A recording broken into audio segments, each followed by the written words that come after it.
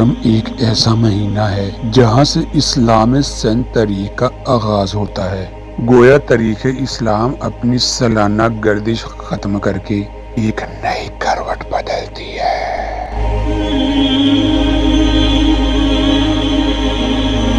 اور یہاں سے پھر ایک نئے دور کی ابتدا ہو جاتی ہے۔ نیا سال زندہ قوموں کے لیے نئی امنگیں اور تازہ ولولے لے کر آتا ہے۔ نئے سال کی آمد ایک حساس قوم کو آگاہ کرتی ہے کہ اس کی تاریخ کا ایک اہم باب ختم ہو گیا اور اب ایک نیا اہم مقاط العمل شروع ہو رہا ہے۔